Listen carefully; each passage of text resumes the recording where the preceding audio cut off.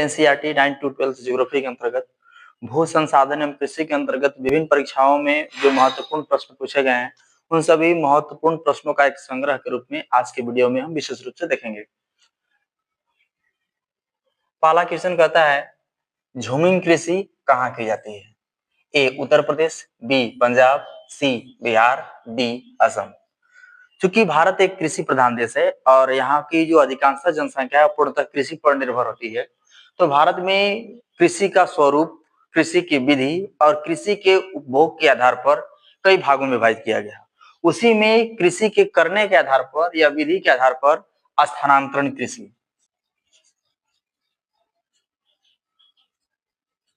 कृषि की एक ऐसी प्रणाली है। स्थानांतरण कृषि कृषि की एक ऐसी प्रणाली है जिसमें सबसे पहले जंगल झाड़ियों को काटा जाता है और उसे जलाया जाता है। जले हुए राख का प्रयोग खाद के रूप में किया जाता है तथा 2 या 3 फसल उपजाने के बाद जब उसकी उपजाऊपन क्षमता समाप्त हो जाती थी तो उस जगह को छोड़कर लोग कहीं दूसरे जगह चले जाते थे और वहां भी इसी प्रकार की क्रिया करती थी। पहले जंगल झाड़ियों को काटा जाता था, जलाया जाता था और उनके जले हुए राख का प्रयोग खाद के रूप में किया जाता था। तो इस प्रकार से जो कृषि है इसे स्थानांतरण कृषि, कर्तन दहन प्रणाली कृषि भी कहते हैं। अलग अलग क्षेत्रों में इसे अलग अलग नामों से जाना जाता है, जिसके अंतर्गत भारत के उत्तरी पूर्वी क्षेत्र में मुख्य रूप से इसे झूम कृषि कहा जाता है। भारत के उत्तरी पूर्वी क्षेत्र में झूम कृषि के नाम से जाना जाता है। प्रश्न कहता है कि झूमिंग कृषि कहाँ की जाती है? ए उत्तर प्रदेश, बी पंजाब, सी बिहार, डी असम। सही ऑप्शन होगा डी असम। शुष्क कृषि में निम्न में से कौन सी फसल नहीं बोई जाती है? ए रागी, बी ज्वार, सी मूंगफली, डी गन्ना। मुख्य रूप से आर्द्रता के आधार पर भारत की कृषियों को दो भागों में विभाजित किया जाता है, जिसके अंतर्गत आर्द्र कृषि, शुष्क कृषि।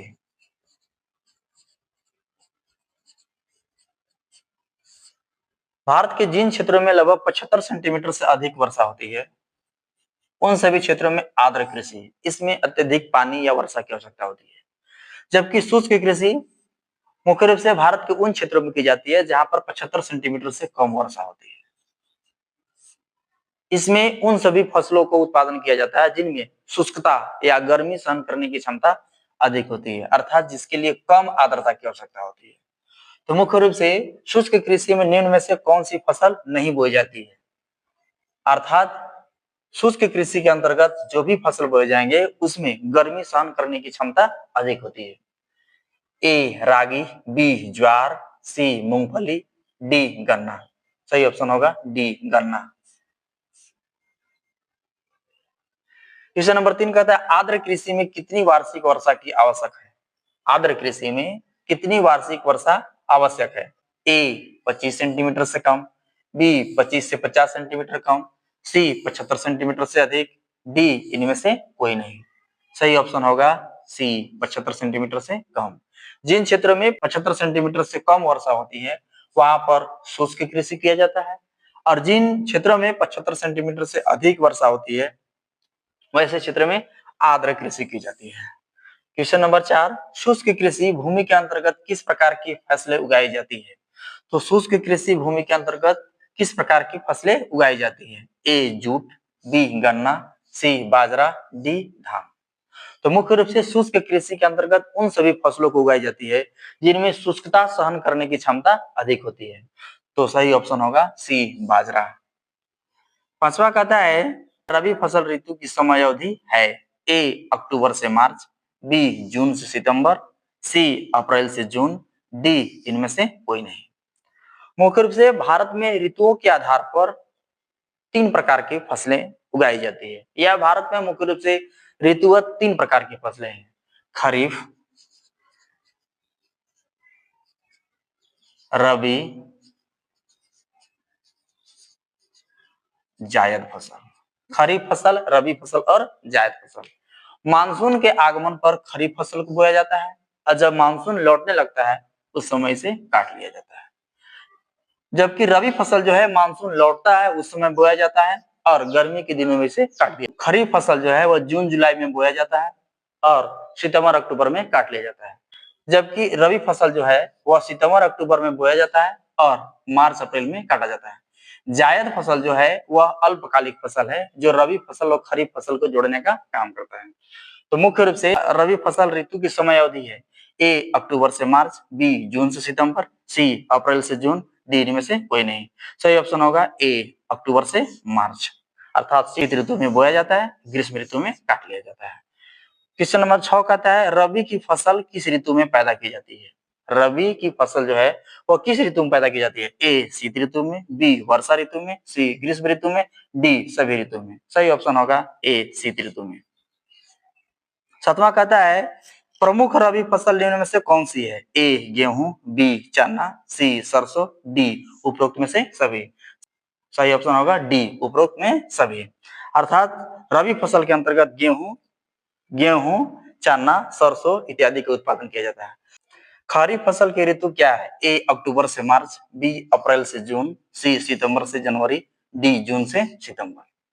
मुख्य रूप से खरीफ फसल जो है मानसून के आगमन पर बोया जाता है, यह उष्णकाल की फसल है और यह फसल जो है वह जून जुलाई में, मानसून का आगमन जून में होता है, जून जुलाई में बोया जाता है और सितंबर अक्टूबर में काट लिया जाता है। इस प्रकार से सही ऑप्शन होगा डी जून से सितंबर। क्वेश्चन नंबर 9 कहता है निम्नलिखित में से कौन सी खाद्य फसल है? उपभोग के आधार पर निम्नलिखित में से कौन सी खाद्य फसल है? ए चावल, बी गेहूं, सी मक्का, डी इनमें से सभी। उपभोग के आधार पर फसल को दो भाग में बांटा गया था, एक खाद्य फसल और दूसरा अखाद्य फसल। खाद्य फसल को खाद्यान्न फसल, दलहन और तिलहन फसल में विभाजित किया गया था, जबकि अखाद्य फसल में मुख्य रूप से रेशेदार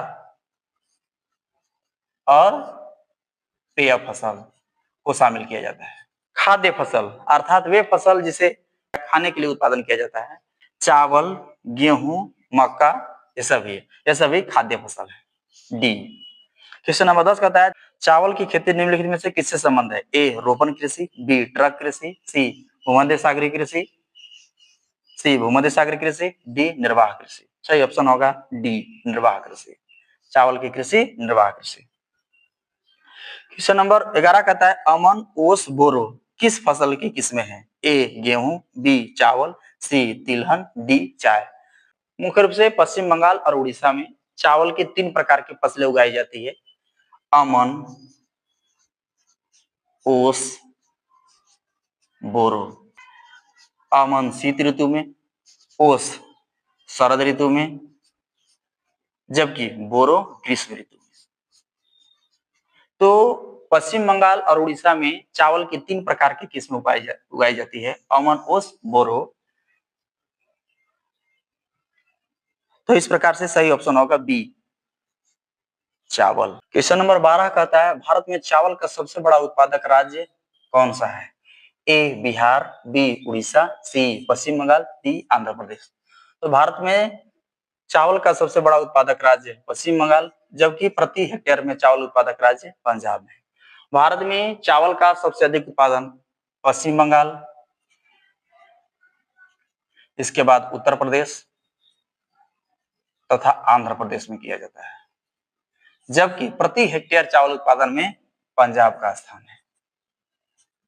प्रति हेक्टेयर चावल उत्पादन पंजाब में किया जाता है। निम्नलिखित में से कौन सा क्षेत्र धान का कटोरा कहलाता है? ए कृष्णा कावेरी डेल्टा, बी गंगा सिंधु मैदानी क्षेत्र, सी उत्तरी पूर्वी क्षेत्र, डी केरल तथा तमिलनाडु। कृष्णा और कावेरी डेल्टा मुख्य रूप से दक्षिणी भारत में कृष्णा और कावेरी के डेल्टाई वाले क्षेत्र में अत्यधिक धान का उत्पादन किया जाता है, इसलिए इस क्षेत्र को धान का कटोरा कहा जाता है। ए कृष्णा और कावेरी का डेल्टा। क्वेश्चन नंबर 14 भारत में गेहूं उत्पादन में अग्रणी राज्य कौन सा है? ए मध्य प्रदेश, बी पंजाब, सी हरियाणा, डी उत्तर प्रदेश। भारत में सबसे अधिक गेहूं का उत्पादन उत्तर प्रदेश में किया जाता है, जबकि प्रति हेक्टेयर गेहूं उत्पादन में पंजाब का स्थान है। भारत में गेहूं उत्पादक राज्य सबसे अधिक गेहूं उत्पादक राज्य उत्तर प्रदेश, इसके बाद पंजाब, इसके बाद हरियाणा है। भारत में सबसे अधिक गेहूं उत्पादक राज्य उत्तर प्रदेश, पंजाब तथा हरियाणा। गेहूं की खेती के लिए आदर्श तापमान कितना होना चाहिए? ए 5 से 10 डिग्री सेंटीग्रेड, बी 10 से 20 डिग्री सेंटीग्रेड, सी 20 से 30 डिग्री सेंटीग्रेड, डी 30 से 40 डिग्री सेंटीग्रेड। गेहूं की खेती मुख्य रूप से शीतकाल में की जाती है। जिस समय से बोया जाता है उससे कम तापमान की आवश्यकता होती है, जबकि जब काटा जाता है उसमें अधिक तापमान की आवश्यकता होती है। गेहूं की खेती के लिए आदर्श तापमान 10 से 20 डिग्री सेंटीग्रेड होना चाहिए। क्वेश्चन नंबर 16, निम्नलिखित में कौन सा पेय फसल है? ए चाय, बी कॉफी, सी चाय तथा कॉफी, डी इनमें से कोई नहीं। अर्थात निम्नलिखित में से कौन सा ऐसा फसल है जिनको हम पेय के रूप में पीने के लिए उपयोग करते हैं? सी चाय तथा कॉफी। विश्व में चाय का सबसे बड़ा उत्पादक देश कौन सा है? ए श्रीलंका, बी भारत, सी चीन, डी म्यांमार। तो विश्व का सबसे बड़ा चाय उत्पादक देश भारत है। क्वेश्चन नंबर 18, निम्नलिखित में से कौन सी फसल पहाड़ी क्षेत्र में उगाई जाती है? ए कपास, बी चाय, सी गन्ना, डी मूंगफली। तो मुख्य रूप से चाय जो पहाड़ी क्षेत्र में उगाई जाती है, पहाड़ी क्षेत्रों में अर्थात ढलानी वाले क्षेत्र में इसकी जड़ें जो होती है उसमें पानी एकत्रित नहीं होना चाहिए। तो मुख्य रूप से चाय का उत्पादन जो है वह पहाड़ी क्षेत्र। 19 कहता है कॉफी का सबसे बड़ा उत्पादक राज्य कौन सा है? ए केरल, बी तमिलनाडु, सी कर्नाटक, डी आंध्र प्रदेश। तो सही ऑप्शन होगा कर्नाटक। में कॉफी का सबसे बड़ा उत्पादक राज्य कर्नाटक, इसके बाद केरल तथा तमिलनाडु है। निम्नलिखित चाय उत्पादक क्षेत्र कौन सा है? ए दार्जिलिंग, बी जलपाईगुड़ी, सी कुछ बिहार, डी इनमें से सभी। यह सभी क्षेत्र जो है वह पश्चिम बंगाल के चाय उत्पादक क्षेत्र है। इस प्रकार से डी ऑप्शन सही होगा, इनमें से सभी। इनमें से किसे क्यूबा की रानी कहा जाता है? क्यूबा की रानी। ए गेहूं, बी चावल, सी गन्ना, डी चाय। मुख्य रूप से क्यूबा जो है वह कैरिबियन सागर में, अटलांटिक महासागर यानी कैरिबियन सागर में बसा हुआ एक छोटा सा द्वीप है। क्वेश्चन नंबर 22 कहता है गन्ना उत्पादक सबसे अधिक कहाँ किया जाता है? ए बिहार, बी उत्तर प्रदेश, सी तमिलनाडु, डी महाराष्ट्र। तो सबसे अधिक गन्ना का उत्पादन उत्तर प्रदेश में किया जाता है। क्वेश्चन नंबर 23 कहता है निम्नलिखित में से कौन सा एक रेशेदार फसल है? ए कॉफी, बी चाय, सी गेहूं, डी कपास। अर्थात वे सभी फसल जिनसे हमको रेशा की प्राप्ति होती है उन्हें हम रेशेदार फसल कहते हैं। तो सही ऑप्शन होगा डी रेशेदार फसल। क्वेश्चन नंबर 24, इनमें से नकदी फसल कौन सा है? ए कपास, बी जूट, सी चाय, डी इनमें से सभी। मुख्य रूप से नकदी फसल वे होते हैं जिन्हें व्यापारिक उद्देश्य से किया जाता है, उन्हें हम नकदी फसल कहते हैं। वे सभी फसल जिन्हें व्यापारिक उद्देश्य से किया जाता है नकदी फसल कहलाते हैं। तो कपास, जूट और चाय ये सभी नकदी फसल है, डी इनमें से सभी। 25 कहता है निम्नलिखित में से कौन बागानी फसल नहीं है? अर्थात बड़े फार्मों में नहीं किया जाता है। ए कॉफी, बी चाय, सी रबर, डी मक्का। सही ऑप्शन होगा डी मक्का। क्वेश्चन नंबर 26, निम्नलिखित में से कौन सा एक व्यापारिक फसल है? ए चाय, बी जूट, सी गेहूं, डी कपास। निम्नलिखित में से कौन सा एक व्यापारिक फसल नहीं है? ए चाय, बी जूट, सी गेहूं, डी कपास। सही ऑप्शन होगा सी गेहूं। गेहूं व्यापारिक फसल नहीं है। क्वेश्चन नंबर 27, भारत में हरित क्रांति के जनक कौन थे?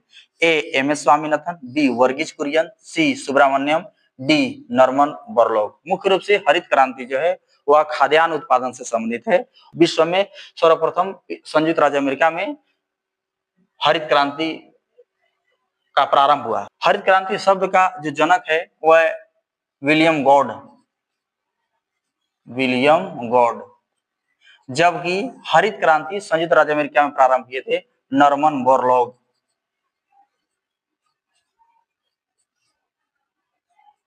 भारत में हरित क्रांति का जनक एम एस स्वामीनाथन हो जाता है।